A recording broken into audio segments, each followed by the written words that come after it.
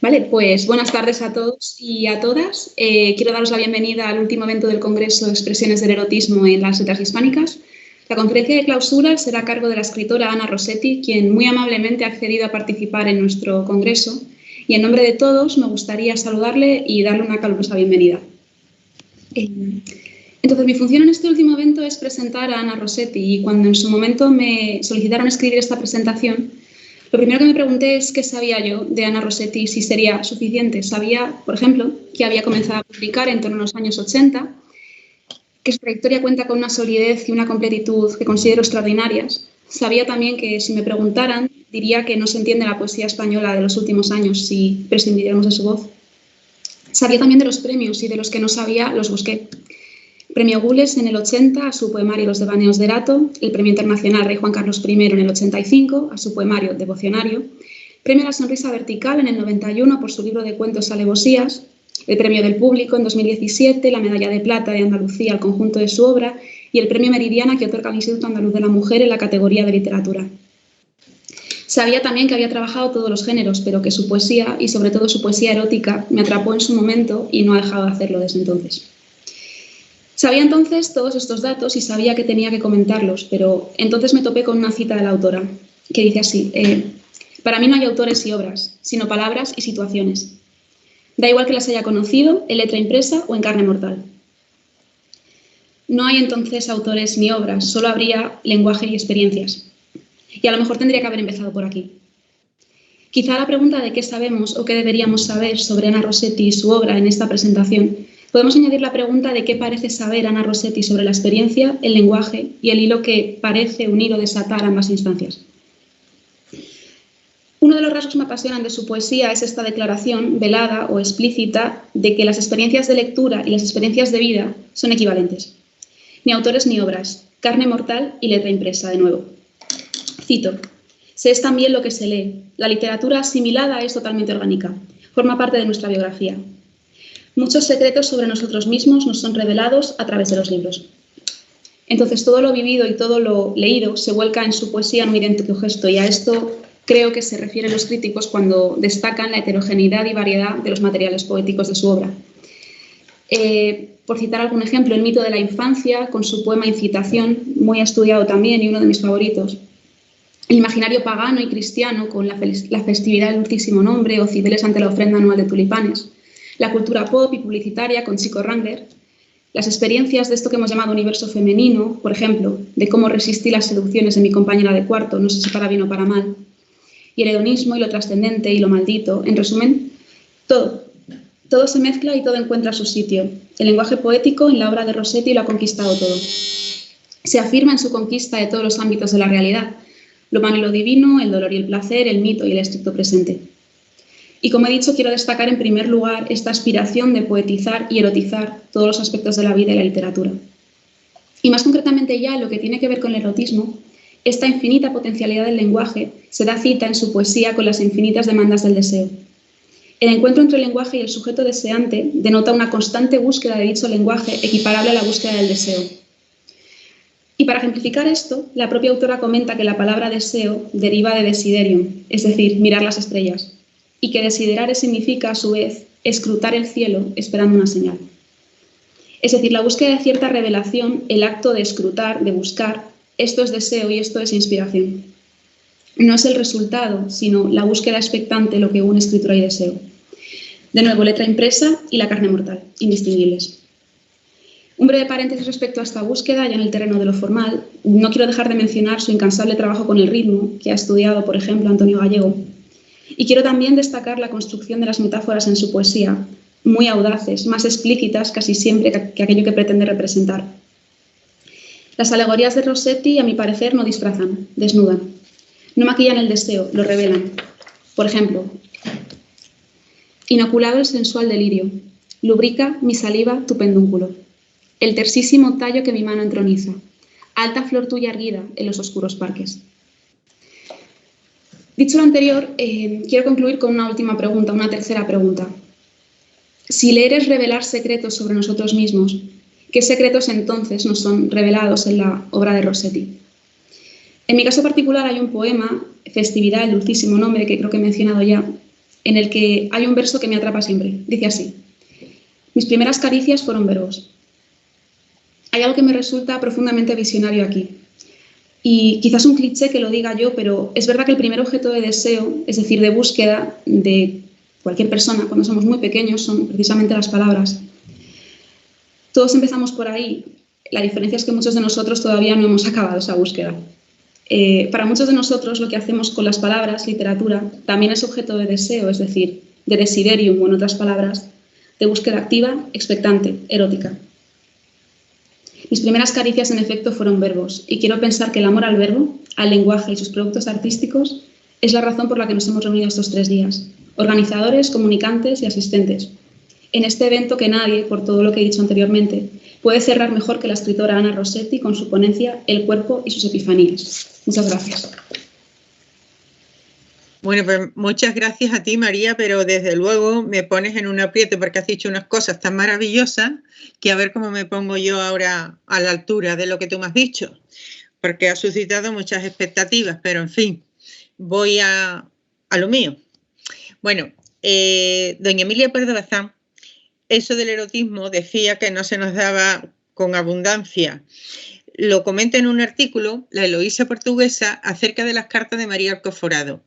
Nuestro erotismo, dice, adolece de esterilidad y sequedad en el género afectivo y singularmente en lo erótico, de las teológicas falsedades, de los discreteos del drama, de la varesca y pompa o el jocoso desafío de la lírica, del franco realismo de la novela, no se puede extraer 2 adarmes de sentimiento sincero. Para ella, lo único escrito con sangre del corazón son los escritos de Santa Teresa. Simone de Beauvoir también aplaudió la pura fuerza erótica de la espiritualidad de Teresa y así lo declaró en El segundo sexo. La enamorada no es presa de un deseo sin objeto que luego se fija en el individuo. Es la presencia del amante la que suscita una pasión dirigida hacia él. Teresa trata de unirse a Dios y vive esta unión en su cuerpo. No es la esclava de sus nervios ni de sus hormonas. Hay en ella una fe que penetraba en las regiones más íntimas de su carne. El erotismo lo es según quien lo mire. Para Pardo Bazán no tendría nada que ver con lo que escribían en su tiempo Felipe Trigo o Balda y muchísimo menos con la psicalipsis, que no sé si tuvo la oportunidad de conocer. Tampoco debió de haber leído las cartas de Gertrudis Gómez de Avellaneda, no ya las dirigidas a Cepeda, que esas son un torrente descontrolado, sino, por ejemplo, las que le escribió a otro pretendiente, Antonio Romero Ortiz. Lo digo porque ese fue un amor fugaz, pero mirad las cosas que le escribía. ¿Se rompen las cuerdas de los corazones fuertes por mucho que se las maltrata? ¿Crees tú posible agotar los tesoros de un alma infinita? Muchas veces he deseado matar en mí ese vigor interno que me agota, pero no lo he conseguido. Jamás he sido feliz ni he hecho feliz a nadie. ¿Tienes sentido amar todavía? No sabré nunca explicarte lo que yo veo y siento y juzgo en estas cosas del querer.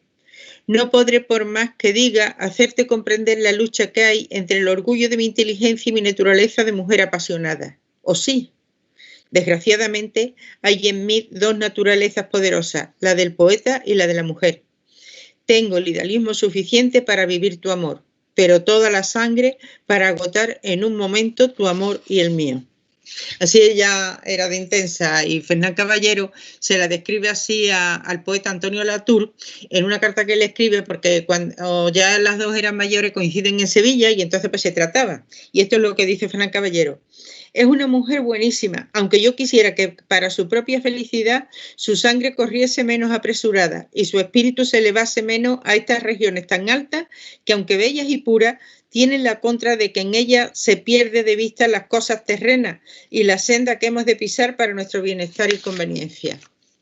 La verdad que es que un temperamento de esa, como el suyo, de esa categoría, no le dejaría ser feliz a doña Gertrudis. Ella misma lo confesó a través de una de sus heroínas en la novela Sap, que es Carlota, que se enamora de Enrique, que es un joven que no estaba por la labor, era una persona sin pasión ninguna, tenía un amor muy estereotipado. Dios mío, dice Carlota, se padece tanto siempre que se ama. ¿Aman y padecen del mismo modo todos los corazones o has depositado en el mío un germen más fecundo de afectos y dolores? Ay, sí, no en general esta terrible facultad de amar y padecer, cuán cruel privilegio me has concedido, porque es una desgracia sentir de esta manera. Como veis, estas expresiones tan vehementes y a la vez desesperadas estarían más acorde con la idea de Pardo Bazán sobre qué es el erotismo que las divertidas novelas de Álvaro de Retana, porque la concepción del erotismo que tenía ella se basaría, según sus palabras, se basaría en el deseo amoroso y en la concepción de Retana, la realización, no el deseo, sino, o sea, el cuerpo gozoso y gozado, pero sin que el amor sea imprescindible, lo que es muy distinto al placer, porque el placer puede tener dentro de él, puede abarcar también lo que es el dolor y lo que es no solamente el dolor emocional, sino también el dolor físico. Tampoco pensaría que fuera erótico el Amadís de Gaula, pues no sé si lo leyó o no, pero seguramente el Amadís de Gaula sería una de esas novelas que Beatriz de Ávila y Ahumada pues le leía a sus hijos, y fijaos qué pasaje estaría escuchando de pequeña Teresa de Jesús en su casa y además aprendiendo de labios de su madre el lenguaje del deseo. Como la gente fue sosegada, Darolitea se levantó y tomó a Lisena así desnuda como en su lecho estaba, solamente la camisa y cubierta de un manto, y salieron ambas a la huerta y la luna hacía muy clara. La doncella miró a su señora y abriéndole el manto, católe el cuerpo y díjele riendo: «Señora, en buena hora nació el caballero que esta noche os sabrá». Y bien decía que esta era la más hermosa doncella de rostro y de cuerpo que entonces se sabía. Elisena se sonrió y dijo: «Así lo podréis por mí decir, que nací en buena ventura en ser llegada a tal caballero». Rosa Chacel, cuyas novelas, y en especial Leticia Valle, que según ella parte del Ero, aunque bueno, ninguna persona hoy día pensaría que eso entraría en la colección La Sonrisa Vertical, Rosa Chacel, digo, también coincidía con Pardo Bazán en su ensayo La Confesión al afirmar que la cultura española está irremisiblemente coartada por la escasez de intimidad y erotismo. No puedo por menos darle la razón, aunque por un lado no me lo creo del todo, pero le doy la razón porque Beatriz de Maura dijo que cuando Berlanga instituyó, bueno, no solamente instituyó el premio La Sonrisa Vertical, sino también la colección, pues pensaba que como se había terminado la censura, pues abrirían los cajones y empezarían ahí a brotar por un tubo todas esas obras confinadas llenas de voluptuosidades por un lado o de un descaro tremendo, y bueno, pues hacen la primera convocatoria y no es así. En realidad, el premio de la novela erótica lo gana una argentina porque, según Beatriz de Maura, no había ahí de ninguna manera un material aceptable. Pero bueno, tras esa primera decepción, empezó a brotar el erotismo por todos los poros, estamos hablando ya de los años 80, y eso fue una verdadera riada. Y poco a poco, no el erotismo, sino el sexo, en todas sus variantes, empezaron a invadir las páginas de todas las novelas, de todas las películas. Bueno, las novelas, sea el género que sea, de repente siempre hay una o dos escenas de cama. Y además, a las pocas páginas, muchas veces. Pero ya el 99% de las películas pues tiene unas escenitas así, y ya la serie, no digamos, porque para rellenar minutos de recorrido, inmediatamente salen a relucir gente metida en una ducha, en una cama, en un ascensor o donde sea. Tanto que es así que se decidió clausurar el premio La Sonrisa Vertical porque ya no tenía sentido. Debo confesar que después de tantos años de hablar de un asunto del que me creía libre al fin, estoy bastante desentrenada. No sabéis la de vuelta que le he dado yo a esto para poderlo enjaretar y para poderlo centrar, porque yo digo sí muy pronto y después pues, me arrepiento porque no me veo capaz. Pero bueno, en los años 80 esto sería hablar de lo mismo, porque era constante. Parecía como si la gente hubiera descubierto el perejil para todas las salsas. En esa época había dos preguntas recurrentes. La primera, ¿cómo se definía la palabra erotismo y en qué se diferenciaba de la pornografía. Y la segunda, sobre todo cuando venía el verano, me llamaban por teléfono porque estaban haciendo una encuesta a ver si la gente ligaba más en verano y en invierno, como si yo fuera policía y estuviera al tanto de ver lo que hacía cada uno.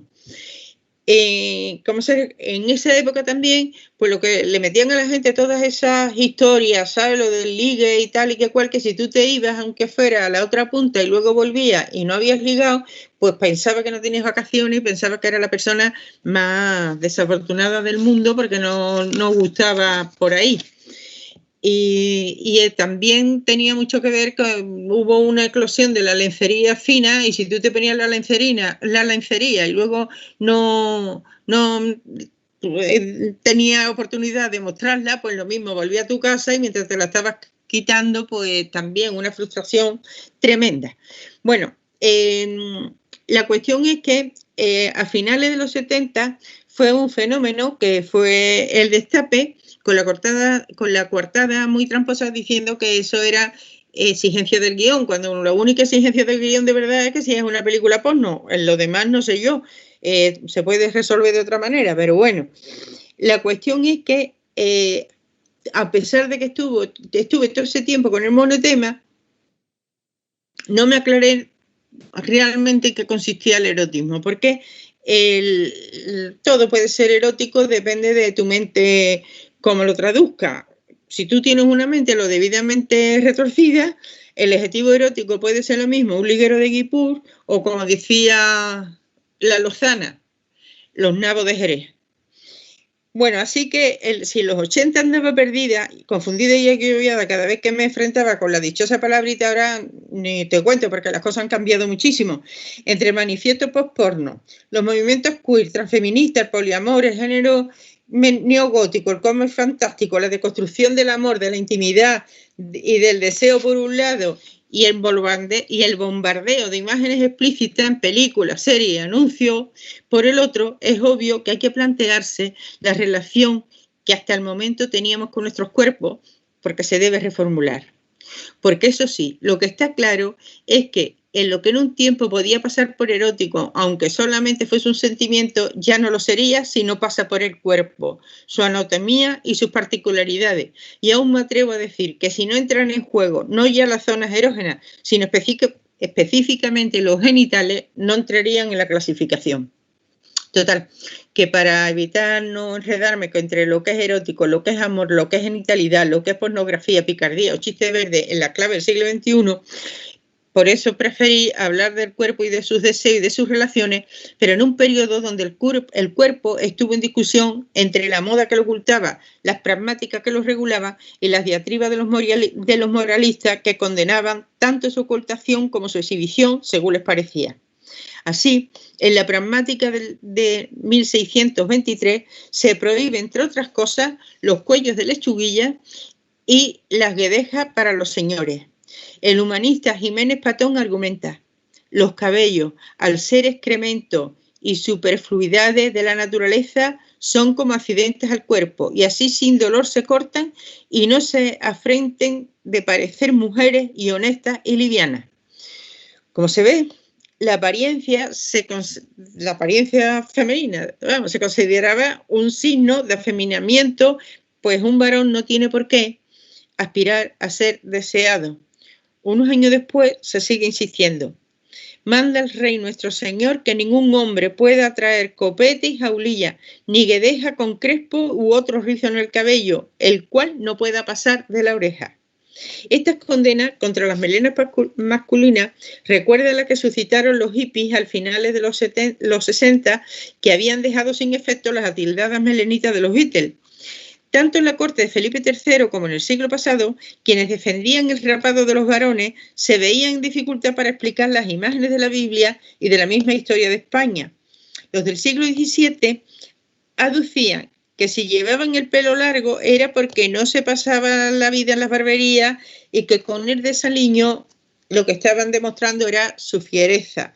Pero eso no se podía aplicar a los hippies porque precisamente lo que se les achacaba a los pelos de los Beatles es que eran unas cosas muy sucias y muy descuidadas.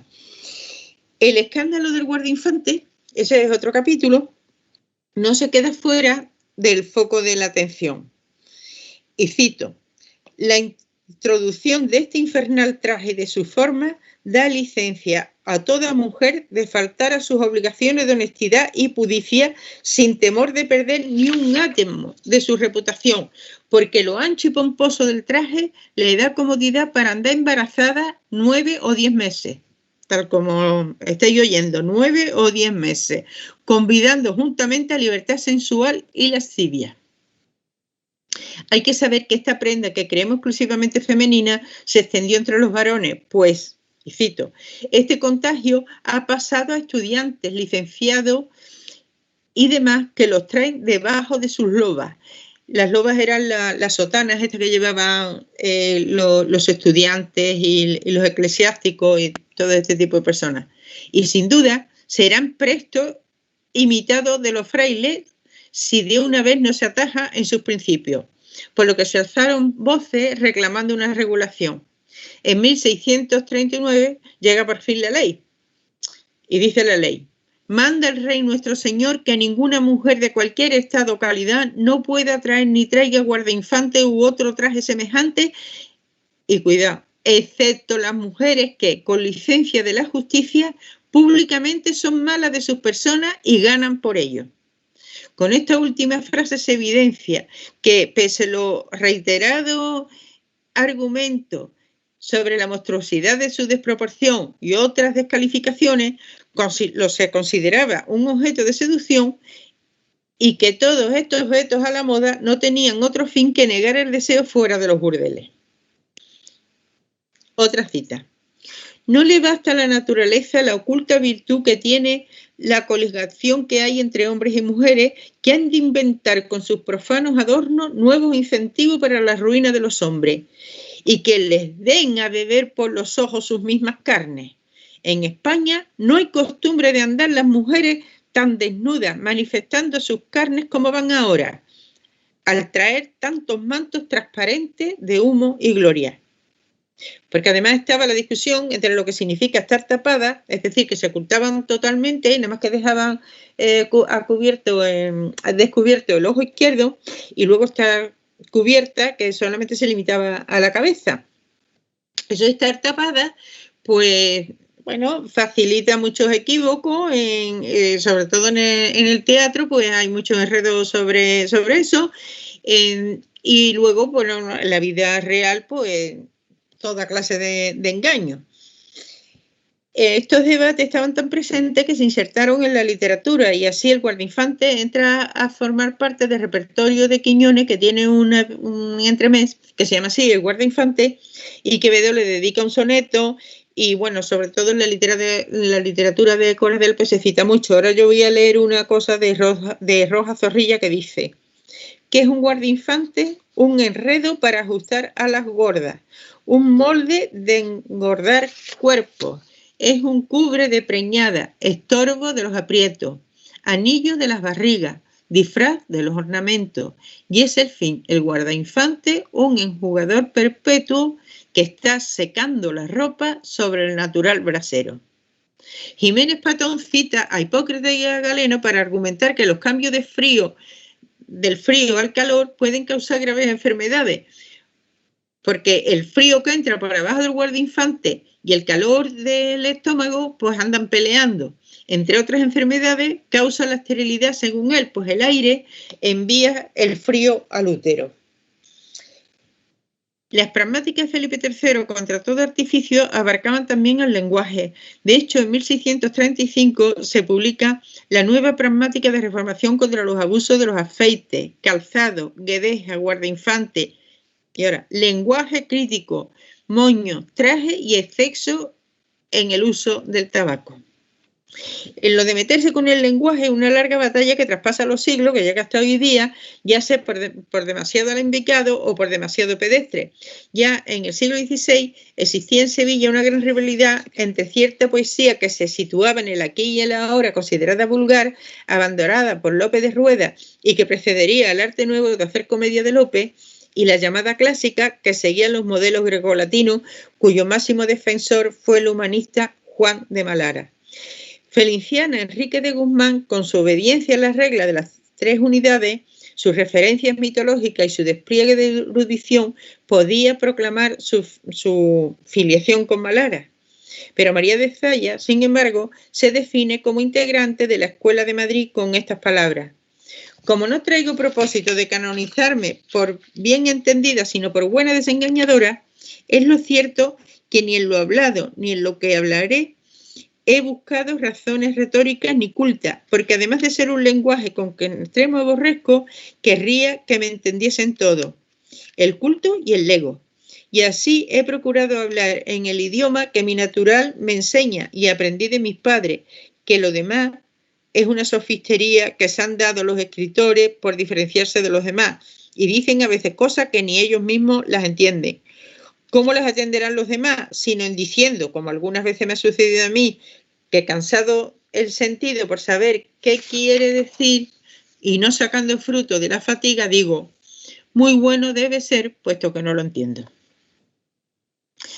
Todo lo que he consignado anteriormente de pragmática represiva y maniobras de negación contrasta con lo que expondré seguidamente, porque las autoras de las que voy a ocuparme nos hablan de protagonistas deseantes que no se limitan pasivamente a desear, sino que persiguen sus deseos. Bueno, hasta ver a un hombre que pasa por delante de su balcón y hacer que lo busquen y se lo traigan delante porque a ella le ha gustado, y cosas así, se declaran directamente, y bueno, unas cosas que son bastante atrevidas. Bueno, en el caso Mariana de Carvajal, además se visten con toda la pompa que es posible, porque ahí está hablando hasta de piedras preciosas, y bueno, está de alguna manera dando la vuelta a todas las pragmáticas, no le hace ningún tipo de caso a lo que dijera el Rey Nuestro Señor.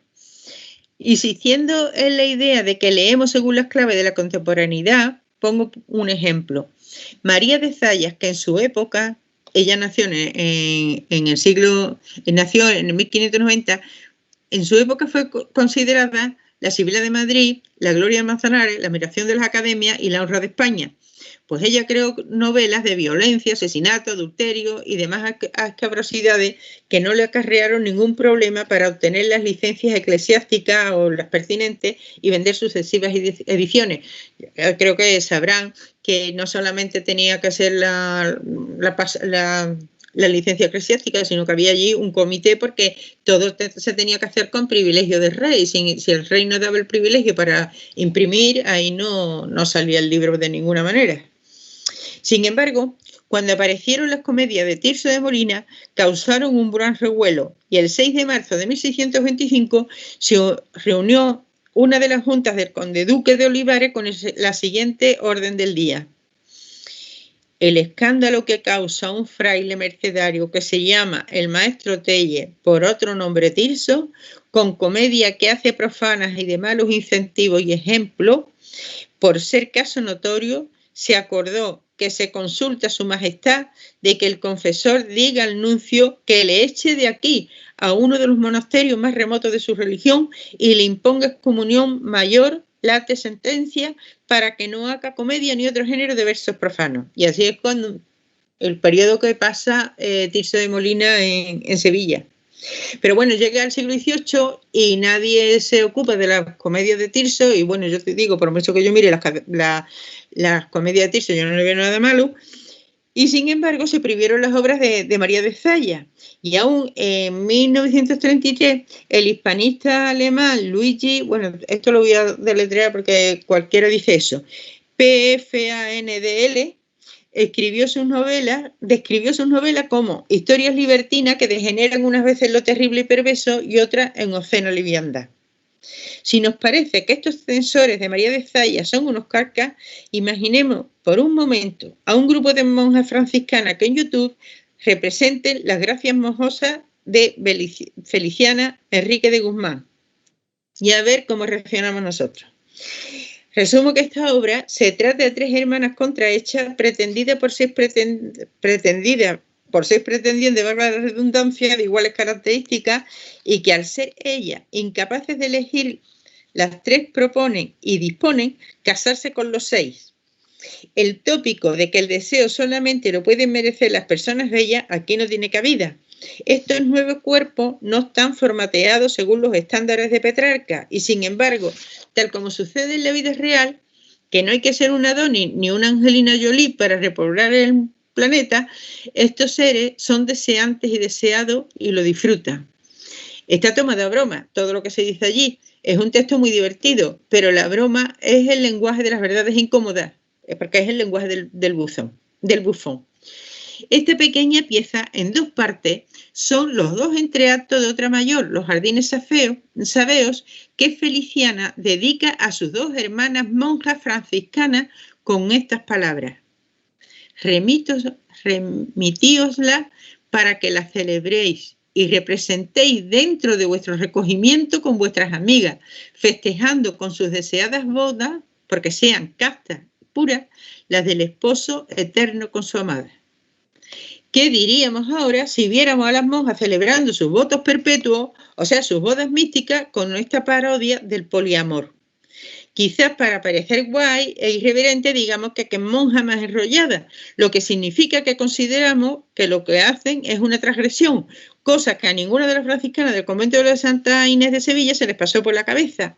Según ella, estaban dentro de la ortodoxia católica, apostólica y romana. La comedia de Feliciana Enrique de Guzmán celebra los cuerpos con sus rarezas y sus imperfecciones, porque los cuerpos que circulan por el mundo no son los de Lara Ludovisi o la Venus de Botticelli, sino cuerpos sometidos a los accidentes de la edad, de las enfermedades o simplemente no aceptados por las normas estéticas y establecidas. Y cuando se habla de cuerpo tenemos que tener en cuenta toda esa gama. Con la misma desenvoltura de Feliciana, Mariana de Carvajal junta opuestos: blanco-negro, juventud madurez, criada señor, desnudando a don Jacinto para que una criada lo meta en la bañera diciéndole: entre vuesa merced en el baño y siéntese para que le bañe el medio cuerpo. Hízolo así, y como vivía contenta con la buena condición de su dueño, luego que le empezó a bañar, le dijo: ¡ay, de puta, qué blanco es el mocico! Parece la mano de la negra, mosca en leche. Este cera pertenece a la industria Mercedes-Benz. En los 80, cuando se debía contestar a la pregunta sobre la diferencia entre el erotismo y el porno, a menudo y de una manera muy elemental, se separaba el porno del erotismo porque el primero era explícito y el erotismo sugerente. Esto no convencía, pero si tomamos esta definición por válida, ¿cómo debemos de calificar esta escena? Aunque por una parte es explícita y se expone sin adornos ni insinuaciones, por otra no va más allá porque para ahí, ¿no? Pero puede dejar la imaginación tan suelta como la de los espectadores españoles ante la película Hilda, convencidos firmemente de que el guante era solamente el preludio del striptease en toda regla de Rita Hayworth, que el maldito corte de la censura lo había hecho desaparecer. Sin embargo, la acción tan directa de la criada con respecto al cuerpo del joven o del atrevimiento de Jacinto, cuando en una ocasión llega por detrás de la protagonista, de la joven Beatriz, y le inserta un clavel en los rizos del pelo y otras tantas demasías, como se dice en el texto, contrasta con la cautelosa resolución de Beatriz cuando renuncia a su política de desdén. La situación es que, como Jacinto estaba enfermo, Beatriz fue a visitarlo junto a otras personas, y esto es lo que ocurre. Pasó doña Beatriz adelante y llegando a la cama le dijo: ¿qué es esto, señor? ¿Así trata vuesa merced de matarnos? Quedó él tan elevado con semejante razón que presumió la dama que estaba con algún desmayo, y arrodillándose ella delante de la cama, en fe de la mucha amistad que él le tenía, le preguntó: a ver, ¿es mucha la calentura? Y él, sin sacar el brazo, le alargó el pulso diciendo: sí, mi señora. Al tiempo que le tocó, haciéndole la otra mano con la que tenía dentro, estampó en ella los ardientes labios y sintiendo ella que se la bañaba con muchas lágrimas, no se atrevió a resistirse, segura de que no podía causar sospecha y por disimular, porque ya entraban su madre y don Pedro, le preguntó si le dolía mucho la cabeza. Respondióle: se me parte, mas lo fresco de esta mano basta para darme vida. Alégrome de ser de provecho, le respondió doña Beatriz, algo risueña de verle tan enamorada, y viendo que no cesaba de besarle la mano que le tenía asido y que duraba el llanto, en achaque de taparle las espaldas, le dijo: «Quedo, basta ya, por vida mía, no me mate con estos sentimientos». Una vez más me pregunta: ¿qué es lo erótico? ¿El asunto en sí o lo que provoca en la persona que lo lee? Hablo de leer en el sentido de descifrar, de asociar, de acordar, de atribuir significado, leer palabras, imágenes, situaciones, pero también deducirlas y completarlas. Las novelas de María de Zaya, por su parte, nos cuentan cómo una dama tiene un africano metido en un establo al que lo ha exprimido con sus demandas y que está próximo a la muerte por agotamiento. ¿Qué me quiere, señora? Déjeme ya, por Dios. ¿Qué es esto? Que aún estando ya acabando la vida me persigue. No basta que tu viciosa condición me tiene como estoy, sino que quieres que cuando ya estoy en el fin de mi vida acuda a cumplir tus viciosos apetitos. En esta novela del prevenido engañado no es la única escena desarrollada en torno a los desvaríos de las damas, pues empieza con un parto clandestino, fruto de unos amores de igual naturaleza, y sigue con los más disparatados enredos orquestados por ella. Una dama casada propone a su amante, para poder estar con él sin que lo advierta su marido, que convenza a un amigo, don Fadrique, de que ocupe el lugar de ella en la cama. Y así nos muestra la situación de dos hombres en la que uno de ellos le echa el brazo por encima del otro y es que un par de pies se enredan con otro par de pies y bueno, montones de cosas. Cuando llega al punto cumbre, que es por la mañana, cuando se despierta, y entonces él descubre que ha estado acostado con una mujer que ha convencido también a la vez a la otra amiga para poderse acostar con don Fadrique. María de Zaya nos confunde con un pretendido relato homosexual, pero Mariana de Carvajal, en La dicha de Doristea, usa este recurso con picardía. ¿Quiere vuesa merced que vayamos a ver a las monjas, que tengo deseo de ver a doña Inés? Respondió que sí, por darle gusto con las medras que tenía, y llegadas a la red, después de haber saludado a la rama, a la hermana, dijo su devota: «Vamos a otro locutorio, que te quiero enamorar sin que estas señoras te vean». Tenía Doristea donaire lo que decía, y atribuyéndolo a risa le respondieron: «Bien será que la señora doña Inés goce a solas de sus favores para no darnos envidia». Retomando el relato anterior de María de Zaya, el protagonista, don Fadrique, resuelve casarse con Gracia, una jovencita ignorante a la que tiene todas las noches haciendo guardia vestida de soldado. Ella está convencida de que esa es la vida matrimonial, hasta que en un viaje de marido le facilita otra información más agradable. Cuando vuelve se encuentra con una inesperada novedad. Llegó don Fadrique a su casa y fue recibido de su mujer con mucho gusto, porque no tenía sentimiento como no tenía descripción. Cenaron juntos y como se acostase don Fadrique, por venir cansado, cuando pensó que doña Gracia se estaba armando para hacer el cumplimiento de la orden que le dejó, la vio salir desnuda y que se le entraba en la cama, y admirado de esta novedad le dijo: «¿Pues cómo? ¿No hacéis la vida de los casados?» «Anda, señor», dijo la dama, «qué vida de casado ni qué nada. Harto mejor me iba a mí con el otro marido, que me acostaba con él y me regalaba más que vos». «¿Pues cómo?», replicó don Fadrique. «¿Habéis tenido otro marido?» «Sí, señor», dijo doña Gracia. «Después de que fuiste vino otro marido tan galán y tan lindo y me dijo que él me enseñaría otra vida de casado mejor que la vuestra». La muchacha en su ausencia había conocido a un joven que, admirado por verla armada con escudo y lanza para, según ella, hacer la vida de casado, inmediatamente le dio otra opción mejor. «¿Qué vida de casado, señores?», respondió don Álvaro. «Mirad que estáis engañada, que la vida de los casados no es esta». «Pues, señor, esta es la que me enseñó mi marido, mas si vos sabéis otra más fácil, me holgaré de saberla, que esta que hago es muy cansada». Oyendo el desenvuelto mozo esta simpleza, la desnudó él mismo y acostándose con ella gozó lo que el necio marido había dilatado por hacer probanza de la inocencia de su mujer. Sí se ve que mientras que los moralistas negaban los deseos y las modas a los cuerpos y los púlpitos, las dos cosas, la literatura, como se ve, pues iba por libre. Teresa de Jesús dijo que no éramos ángeles, que teníamos cuerpo. Ella lo sabía porque lo padecía por sus múltiples enfermedades, pero también porque todo el mundo hablaba de su belleza. También fue en su juventud muy presumida y hasta la noche en que se escapó de su casa para ir a la Encarnación, eligió para eso un vestido naranja con bordes de terciopelo negro que ha sido muy celebrado y que siempre se le hace mención.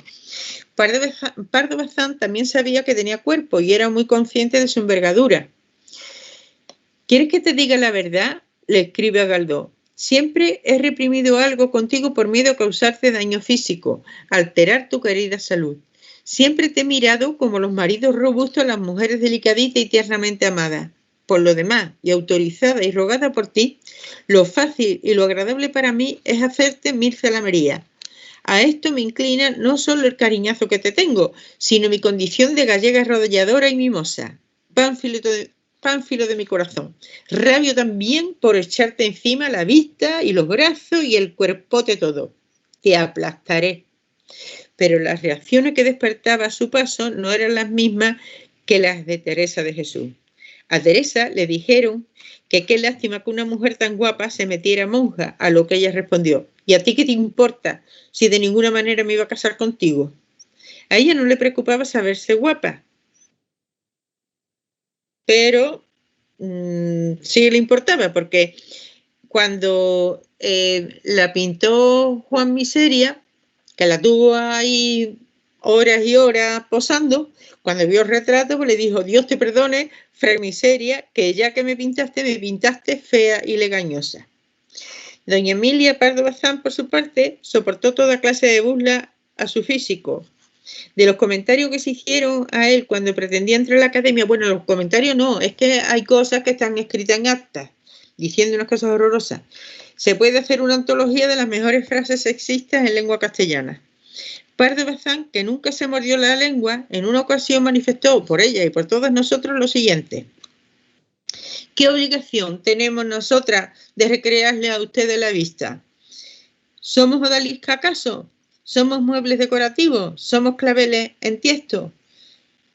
Por el contrario, sorprende que otra gran escritora de una gran potencia intelectual como Rosa Chacel manifieste en sus diarios su disgusto al mirarse al espejo. Dice unas cosas muy duras sobre su propio físico y cómo no se sentía a gusto con su cuerpo. Yo no lo hubiera sospechado jamás, pese a que una ocasión le oí decir que, a diferencia de la mayoría de las demás mujeres, ella no había notado el paso de la vejez, pues jamás se consideró deseada, pero siempre fue y seguía siendo deseante. Bueno, yo en un principio, cuando escuché eso, pues no me di cuenta porque me parecía un comentario muy, muy poderoso, pero no sabía que lo que había ahí era una verdad, tenía una verdad muy dolorosa y con una carga muy amarga. Y a partir de ese descubrimiento, que eso no me vino hasta que no leí sus diarios, no empecé a tomarme más en serio el conflicto de mujer-cuerpo. Pues ya voy terminando. Un año después de su muerte, exhumaron el cuerpo de Teresa de Jesús. Y llama la atención el informe del médico Francisco de Rivera, donde sin ningún pudor confiesa que le sorprendió ver lo firme y pleno que estaban los pechos.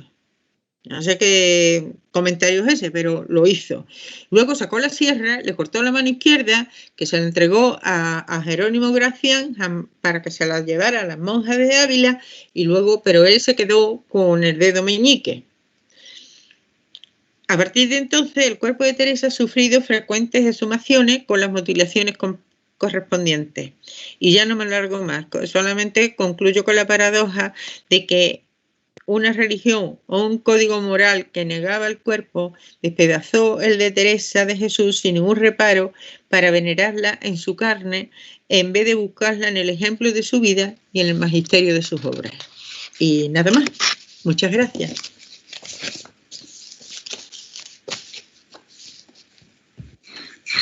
Muchas gracias a ti, Ana. Antes de nada te quería preguntar, has comentado previamente que tenías un poco de prisa, no sé si puedes quedarte al coloquio. Bueno, sí, tengo prisa dentro de un orden. De acuerdo, de acuerdo. Vale, pues nada, simplemente comunicar a quienes nos están viendo ahora mismo que podéis dejar vuestras preguntas en caso de que las tengáis en el chat, podéis incluso conectaros de viva voz si lo preferís así.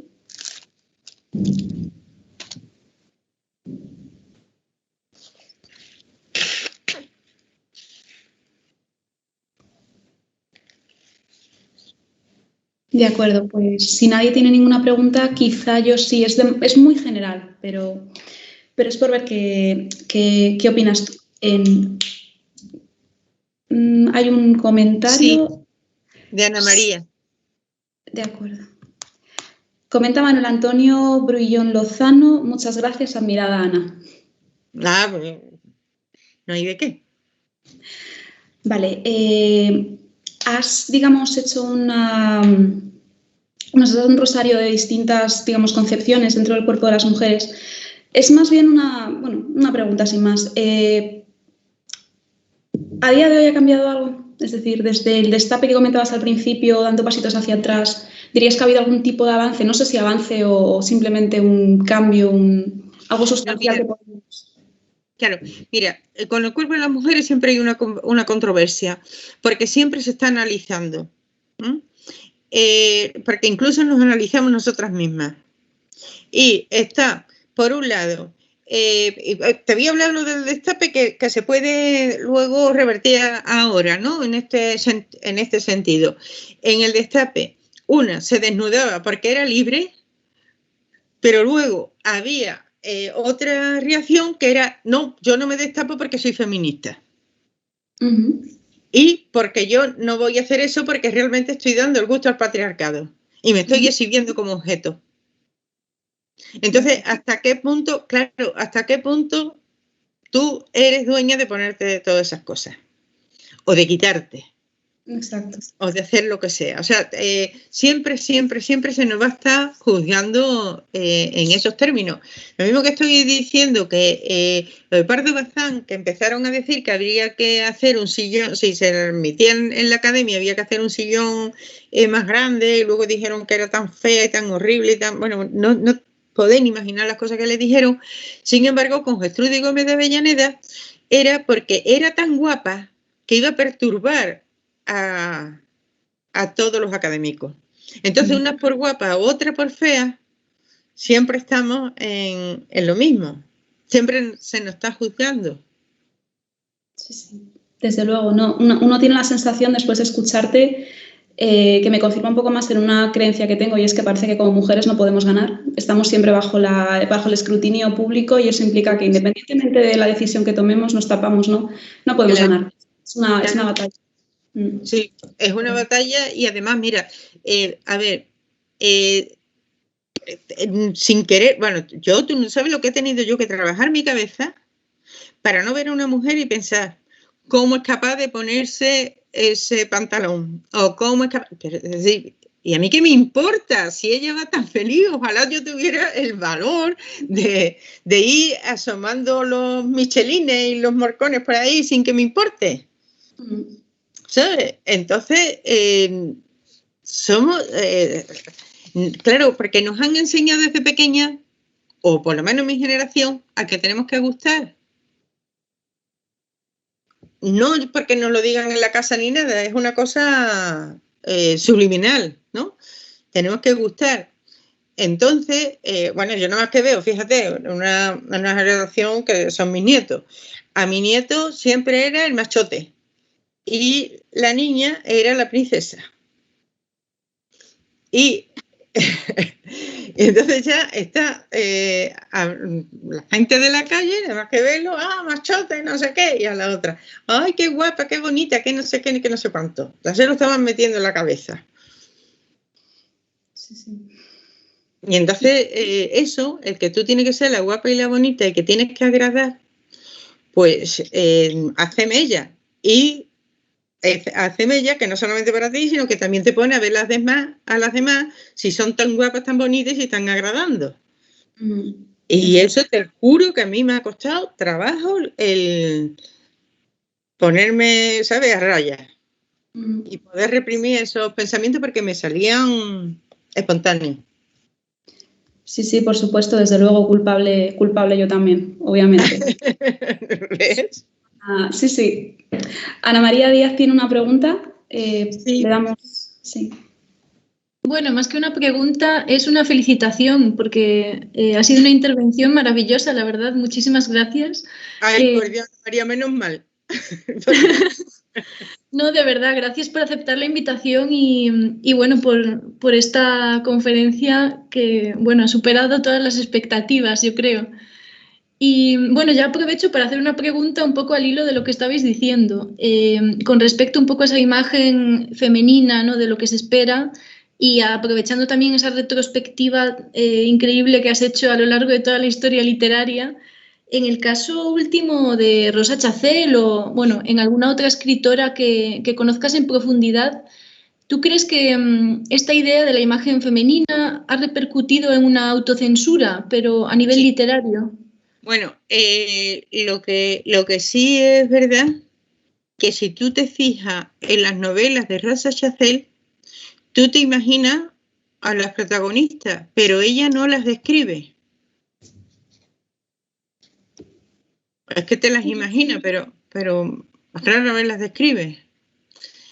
Y de verdad, a mí me sorprendió mucho que la de veces que, bueno, ella llegó a no aceptar invitaciones porque no se encontraba cómoda con la ropa que tenía o cómo le quedaba la ropa que tenía. Claro. Eso no te lo puedes imaginar de Rosa Chacel. Es que de ninguna forma. Ella tenía en la cabeza al Apolo de, no sé si el de Belvedere o cualquier Apolo de esto. O sea que tenía un canon de belleza muy marcado. Claro, ella no podía de ninguna manera el obedecer a ese canon. Entonces ella no se gustaba porque ella no era lo que ella pensaba. Ella decía que era una mujer bajita, gorda y tetuda. Y eso ya le quitaba todo lo que ella pensaba que era la elegancia, lo que ella pensaba que era la belleza clásica, lo que era el refinamiento, lo que ella tenía en la cabeza. Claro, sí, al final me imagino que es imposible separar vida y literatura, ¿no? En muchos casos, ¿no? Sí, no, es imposible. Mira, eso es mentira porque nosotros nada más que podemos hablar según las claves que tenemos. No sacamos las claves de la nada. Y además, incluso las cosas que nos vienen de fuera, no las podemos sacar hasta que no las hemos integrado. Es que es imposible. Claro. Y además, incluso te voy a decir, es que hay cosas que nosotros soltamos y que no nos damos cuenta que las estamos soltando. O sea, nosotros luego el texto dice otras cosas y dice más de lo que nosotros creíamos controlar. Bueno, pues por eso supongo que es interesante también tratar estas cuestiones, ¿no? Como otra lectura, ¿no?, del texto. Sí, la cuestión, mira, yo he dado talleres con extranjeros que dominaban el idioma, pero no la cultura española. Entonces le ponía poemas de personas que además no le ponía ni siquiera el nombre ni nada, para que no fueran a buscarlo por internet ni por ningún lado. Y es curioso porque le damos una lectura diferente de la que le estamos dando nosotros. Porque nosotros ya académicamente nos han dicho quién es esa persona, a qué movimiento pertenecía, y tal y que cual, entonces ya le estamos metiendo nuestro prejuicio al poema. Sin embargo, esta gente, como no tenían ni idea, le daban unas lecturas mucho más ricas, porque además estaban diciendo lo que estaba diciendo el poema, no lo que nos han dicho que estaba diciendo el poeta, porque el poeta dice una cosa, pero el poema dice otra. Qué interesante. O más. Bueno, a veces viene bien recordar esas cosas porque al final, como exégetas de lo literario, tenemos muchas veces un marco demasiado limitante, ¿no? En muchos aspectos. Claro. Por eso, tú imagínate, a mí me encantaría saber qué pasó la primera vez que se leyó el Quijote. ¿Cómo lo estaban recibiendo? Eso no lo podemos nosotros de ninguna manera ya darnos idea, ¿no? Porque ya nos han dicho tantas cosas del Quijote que ya vamos buscando lo que ya sabemos de alguna forma. Pero cuando eso apareció, pues, ¿por qué fue una bomba, no? ¿Por qué removió tanto? Y esa gente no sabía quién era Cervantes, ni sabía nada de nada, y esa obra, pues, se consolidó sola por ella.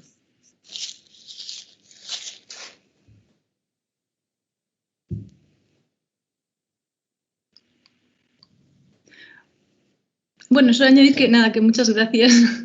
Sí, Bueno, pues podríamos seguir hablando. Es que tampoco quiero quitarle tiempo a María porque al final es la que va a intervenir en el coloquio, pero bueno, reiterar mi agradecimiento y que bueno, que ha sido estupendo. Gracias a ti, Ana María, de verdad. Y María, yo lo que tú has dicho son todas unas cosas muy bonitas que me gustaría que me las mandara porque a veces hace falta un subidón.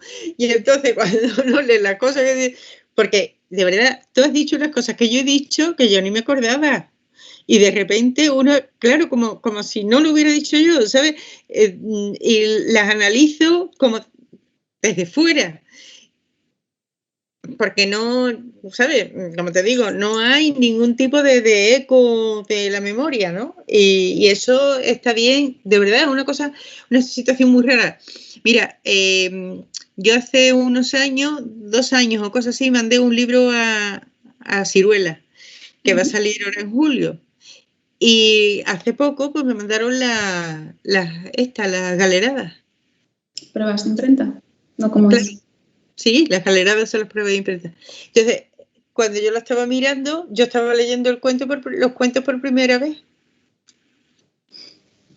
Y lo estaba viendo de otro modo, ¿sabes? Entonces, eso, claro, a veces te deslumbra o a veces te horroriza. Eso es un arma de doble filo. Bueno, espero que esta vez no te haya horrorizado por... No, esta vez me ha sorprendido, porque digo, bueno, al final también digo yo cosas interesantes. Porque es verdad. Bastante interesante, sí. Claro. Vale, solamente una pregunta más. ¿Cómo se llama el libro? ¿El que va a salir? Sí. Sí, se llama el libro... Espérate, porque una cosa es lo que yo quería ponerle y otra cosa es lo que van a poner. El libro de las ciudades. El libro de las ciudades. Es la colección esa de las 3 edades. Has dicho en Ciruela, ¿no? Sí, Ciruela tiene una colección que se llama de 3 edades. Y ahí donde tiene, por ejemplo, Martín Gaite, lo de Caperucita en Manhattan, ¿sabes? Esa colección. Entonces yo ahí ya tenía uno, que era Una mano de santo, que es hablando de los mitos de leyendas medievales sobre los santos, pero contado dándole otra proyección o profundizando de otra manera. Y en esta, pues son también mitos de ciudades, el mito de la fundación de Cartago, de Atenas, de Medina Zahara, de Varsovia, pero contándolo de otra forma, buscando otras claves diferentes para contarlas hoy día. De acuerdo. Vale, pues estaremos atentos. Vale, quiero preguntar si hay alguna persona más. Voy a mirar un momento en el chat. Vale, Caterina Mansilla Fuentes dice, maravillosa Ana, gracias a las dos. Ay, qué bien. Muchísimas gracias, de verdad. Yo estoy muy contenta porque que hayas salido, porque de verdad que le he tenido que dar muchas vueltas porque no sabía cómo encarrilarlo, porque es un campo tan amplio que el tenerlo que reducir cuesta. De acuerdo. Vale, no sé si hay alguna intervención más, alguien que le apetezca participar.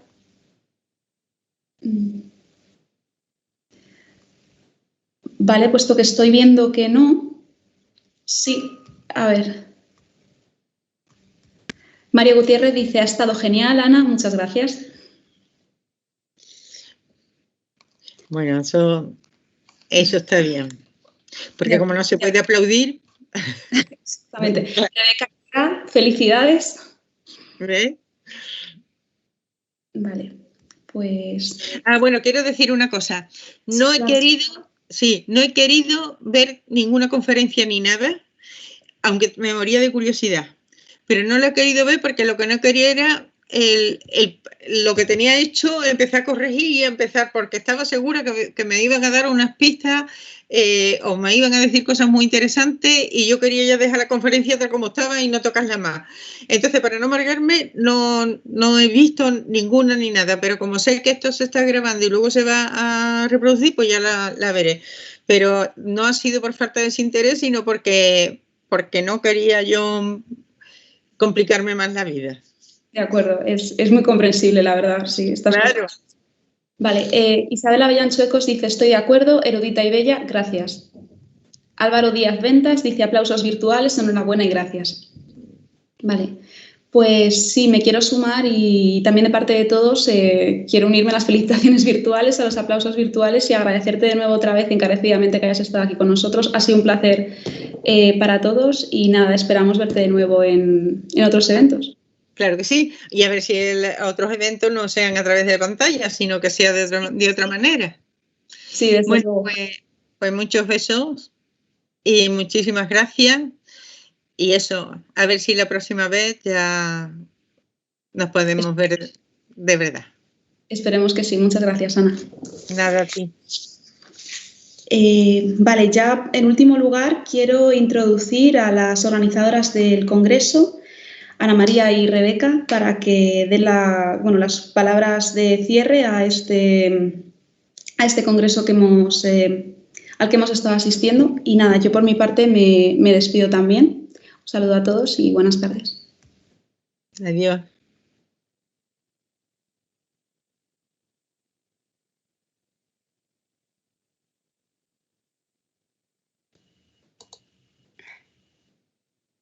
Adiós. Besito. Muchísimas gracias por estar aquí y darnos el privilegio de escuchar tu conferencia. Ha sido muy bonita, de verdad. Y me ha sorprendido muchísimo lo de Rosa Chacel. Lo buscaré. ¿A que sí? Sí, totalmente. Sí, de verdad, es muy sorprendente. Sí, totalmente. Nos creemos que quien está preocupado por su físico son solamente gente frívola, gente tonta, y no. Chicos, vamos al revés. Empiezo yo y termina Ana. Bueno, en realidad... Sí, si queréis nos ponéis a las dos, que ya que somos codirectoras, para eso estamos, ¿no?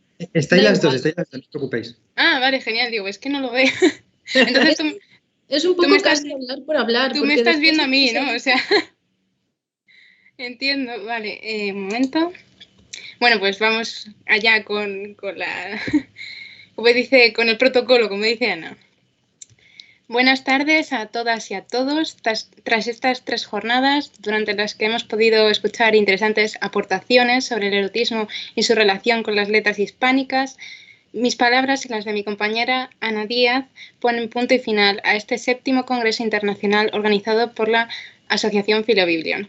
Como decía, durante estos 3 días de aprendizaje parece que hemos sido capaces de sobreponernos a 2 de los grandes retos que nos planteaba este congreso, el tiempo y el espacio. El tiempo nos lo habéis regalado todos aquellos que estáis al otro lado. En primer lugar, los oyentes que pacientemente se han adaptado a esta nueva modalidad en la que debían inscribirse y participar mediante un chat o mediante un icono de mano. Gracias por apoyarnos. Sin vosotros esto no habría sido posible. En segundo lugar, a los ganadores del concurso, que se prestaron tan amablemente a la velada poética y nos hablaron sinceramente de sus creaciones, regalándonos reflexiones sobre ese pequeño reducto de inconformistas que nunca se dan por vencidos, como son los poetas. Y en tercer lugar, a los comunicantes y a las dos conferenciantes que nos han expuesto su trabajo con gran profesionalidad y generosidad en estas circunstancias. Y el espacio ha sido posible gracias a nuestros compañeros del comité organizador, Marina Alexander Adarraga, Alberto Ferrora Lagoa, Marcos García Pérez, María González Díaz, Caterina Mansilla Fuentes, Pedro Mármol Ávila, Daniel Rodríguez Martínez, Julen Romero Ayuso y María Sánchez Cabrera, quienes han hecho posible que este encuentro tuviese lugar virtualmente, con todos los nuevos retos que esto suponía. Tanto los compañeros que se encuentran detrás de las cámaras, nuestro querido equipo técnico que ha realizado un trabajo impecable gestionando esta nueva plataforma y demostrándonos a todos su dedicación en esta sesión, gestionando los correos electrónicos, los problemas técnicos, los primeros planos, los vídeos, las cámaras, los micrófonos o cualquier imprevisto. Han sido nuestros queridos genios de una lámpara mágica desde la Universidad Autónoma de Madrid. Tanto como los compañeros que se han puesto delante de la cámara, este imponente ojo digital al que uno duda si mirar o hablar porque no responde. Y a pesar de ello han sido capaces de transmitirnos su ilusión moderando las mesas y tratando con cariño a los comunicantes y a los oyentes. Tal y como dije en mi discurso de inauguración, reitero mi orgullo y gratitud hacia todos vosotros y sinceramente espero poder seguir trabajando con todos en el futuro. Para terminar, he dejado a mi compañera de batalla, Ana María Díaz, a quien a continuación le cederé la palabra. Pero antes me gustaría agradecerle todo su esfuerzo, toda su resolución para seguir adelante con el proyecto y sobre todo su cariño y paciencia durante estos casi 2 años de organización. Gracias por todo. Ahora sí, me despido de todos vosotros, al menos hasta la próxima, y le cedo la palabra a Ana María Díaz. Bueno, muchas gracias. La verdad es que casi me da vergüenza intervenir ahora porque yo creo que se ha dicho ya todo lo posible y la última conferencia ha sido bellísima, la verdad. Así que bueno, esto es un poco de rigor y bueno, evidentemente me sumo a los agradecimientos y bueno, al regocijo, ¿no?, por las intervenciones que se han llevado a cabo estos días, a pesar de, bueno, de las circunstancias. Bueno, como creo que ha ocurrido otros años, he hecho una pequeña síntesis necesariamente incompleta de lo que, bueno, se ha venido tratando o esa interrogación en torno al erotismo, de qué es el erotismo, que nunca llegamos a saber, ¿no? Con lo cual, bueno, he reflexionado un poco sobre el tema. Desgraciadamente os voy a leer un poquito, pero seré muy breve, ¿no? Estos días hemos visto cómo el erotismo puede convertirse en un juego conceptista, un juego verbal, como hemos visto ahora mismo, ¿no?, en una tentación donde lo oculto, el silogismo literario o lo hermético agudizan el deseo. Muchas veces este misterio viene dado por la oposición entre lo privado y lo público, en la que los espacios pueden condicionar tanto la civilización de las conductas amorosas en Torres Naharro, el devenir urbano de Francisco Umbral o el lugar de la experimentación y el límite en Isaac Rosa. Consciente de estas potencias, la corriente surrealista entendió tempranamente el erotismo como una fuerza equiparable a la física, medible como la atracción de los imanes y cuya energía podía mover el mundo. Estos días hemos tratado fuerzas que superan lo meramente sexual, como un deseo capaz de doblegar la frontera de los géneros, tanto personales, en los men's studies, el feminismo, el no binarismo, como literarios, los trasvases con el periodismo, la autoficción, lo epistolar o incluso lo cinematográfico. También se ha hablado del amante como un amornauta caliginoso en la poesía de Jorge Chen, que no puede sino recordar aquella travesía de la nao de amores de Gil Vicente. En este viaje vital, el amor es con frecuencia una batalla pírrica, una militia amoris cargada de violencia. Entonces el erotismo llegará incluso a ser una lucha agónica en el sentido más unamoniano y metafísico del término. Sin embargo, otras veces el epitalamio se convertirá en epinicio, es decir, en el canto triunfal de la batalla que nos acerca de algún modo a la sacralidad. Así la mujer se convierte en la hostia de la primera misa, en López Velarde, en una descarnalización sublime e incluso en la valquiria solo disfrutada tras la muerte. En otros casos, las fuerzas del sexo son un contrapoder frente a lo hegemónico, desde la reivindicación del deseo contra la enfermedad hasta la subversión contra el statu quo, en el intento de reescribir el cuerpo como un espacio de libertad.